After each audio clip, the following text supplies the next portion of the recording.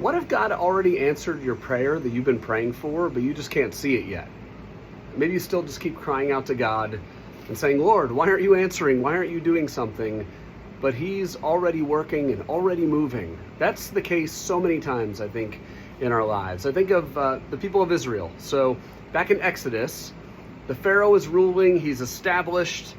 Moses is out in the wilderness. It looks like he's just beaten down and defeated. Israel is crying out for help.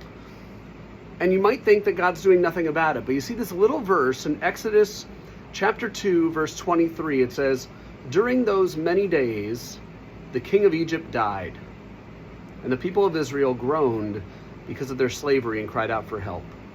Their cry for rescue from slavery came up to God, and God heard their groaning.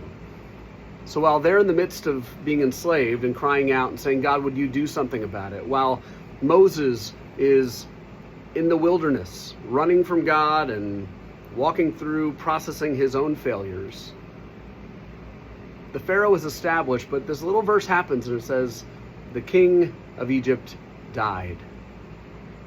God is already moving pieces in place. They can't see it.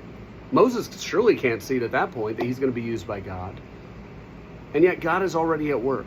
What if that prayer that you have been praying for a very long time, God has already been doing tons about it behind the scenes, that person you've been praying for, and God is working in their life and planting seeds and showing them glimpses of himself. That next step in your life that you think, I've got nothing going forward, and yet God is already moving pieces. Right now, my own journey, as I'm trying to figure out what does ministry look like moving ahead? What does life look like moving ahead? God's already at work. He knows our needs. He knows what he wants. And he's working behind the scenes long before it ever makes its way to the stage of your life.